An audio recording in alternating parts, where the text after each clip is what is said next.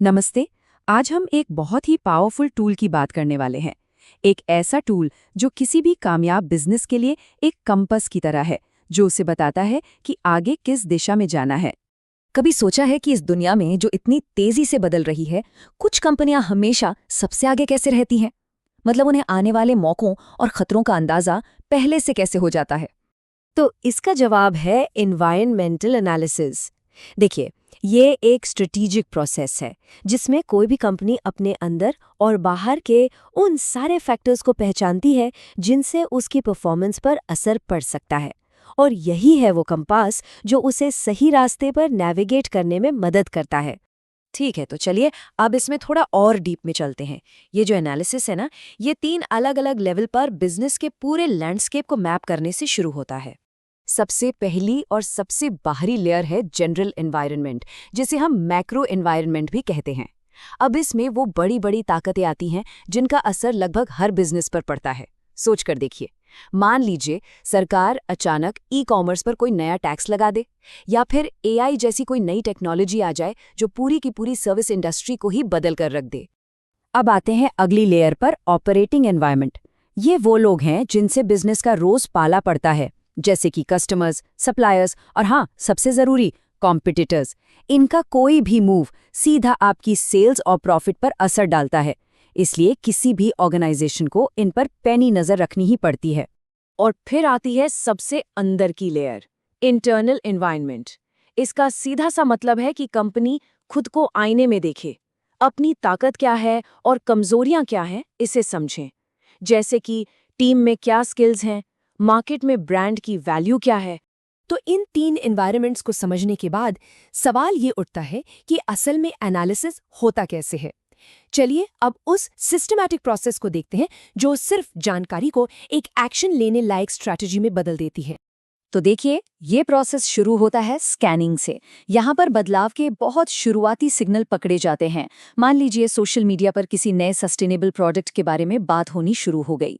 इसके बाद आता है मॉनिटरिंग, जहाँ उस ट्रेंड पर खास नज़र रखी जाती है। फिर होती है फोरकास्टिंग, मतलब ये अंदाज़ा लगाना कि ये ट्रेंड आगे जाकर क्या मोड़ लेगा, क्या ये एक बड़ा मार्केट बन सकता है। और आखिर में होता है असेसमेंट, जहां ये तय होता है कि भाई इन सब का हमारी कंपनी की स्ट्रैटेजी पर क्या असर होगा, क्या हमें भी ऐसा कोई प्रोडक्ट बनाना चाहिए। अच्छा, अब इस पूरे प्रोसेस को करने के लिए मैनेजर्स कुछ बहुत ही काम के फ्रेमवर्क्स या कहें तो टूल्स का इस्तेमाल करते हैं। चलिए अब जरा उन पर एक नज़र डालते हैं। तो इस पूरे एनालिसिस को एक स्ट्रक्चर देने के लिए हम 3 सबसे पावरफुल टूल्स को समझते हैं। सबसे पहले आता है क्लासिक स्वॉट एनालिसिस। अब इसकी सबसे कमाल की बात यह है कि ये कंपनी के अंदर की दुनिया को बाहर की दुनिया से कनेक्ट करता है।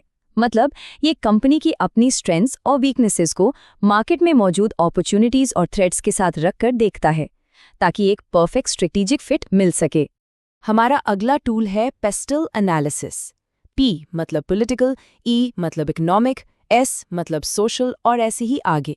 जरा सोचिए, अगर सरकार प्लास्टिक पैकेजिंग बैन कर दे, ये एक पॉलिटिकल और लीगल फैक्टर हुआ। या फिर लोग अपनी हेल्थ को लेकर बहुत ज़्यादा कॉन्शियस हो जाएं और शुगर फ्री प्रोडक्ट्स की डिमांड बढ़ जाए, ये एक सोशल फैक्टर हो गया। इन सब का बिजनेस पर सीधा सीधा असर पड़ता है। तो पेस्टल बहुत काम का टूल है क्योंकि ये एक सिंपल सा फ्रेमवर्क देता है, पर इसके कुछ नुकसान भी हैं। बिल्कुल है, कभी कभी ये जानकारी को ज़रूरत से ज़्यादा सिंपल बना देता है, और अगर कोई इसमें बहुत ही ज़्यादा घुस जाए तो फैसले लेने में ही देर हो जाती है।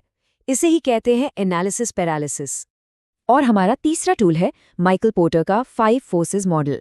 ये मॉडल खास तौर पे ये समझने के लिए है कि किसी इंडस्ट्री में टिके रहना और प्रॉफिट कमाना कितना मुश्किल है या कितना आसान। मतलब ये देखता है कि आपके कॉम्पिटिटर्स कितने स्ट्रांग हैं, क्या नए प्लेयर्स आसानी से मार्केट में आ सकते हैं, और आपके सप्लायर्स और बायर्स के पास बार्गेन करने की कितनी पावर है। तो हमने प्रोसेस भी समझ लिया और टूल्स भी देख लिए। अब आखिर में इस पूरी एक्सरसाइज के फायदे क्या हैं और इसकी लिमिटेशंस क्या हैं, उसे भी फटाफट देख लेते हैं। तो देखिए, सबसे बड़ी बात तो ये है कि एनवायरमेंटल एनालिसिस आपको थ्रेट्स और अपॉर्चुनिटीज पहचानने में मदद करता है और मैनेजर्स को अलर्ट रखता है। लेकिन एक बात याद रखनी बहुत ज़रूरी है कि ये कोई जादू की छड़ी नहीं है। ये अचानक होने वाले किसी इवेंट को प्रिडिक्ट नहीं कर सकता। और हाँ, गलत डेटा पर भरोसा करने का रिस्क तो हमेशा ही रहता है। तो आखिर में बात सिर्फ इन्फॉर्मेशन इकट्ठा करने की नहीं रह जाती, जैसा कि इस कोट में भी कहा गया है, असली मकसद तो ये पहचानना है कि उस एनवायरनमेंट की समझ का ऑर्गेनाइजेशन के लिए असल में मतलब क्या है। सिर्फ जानकारी को एक्शन में बदलना, यही तो असली चैलेंज है। तो अब ये सवाल सबके लिए है। अपने प्रोफेशनल या पर्सनल एनवायरनमेंट में इस वक्त वो एक सबसे बड़ी अपॉर्चुनिटी क्या है जिसे पकड़ा जा सकता है, या फिर वो सबसे बड़ा थ्रेट क्या है जिससे बचने की जरूरत है?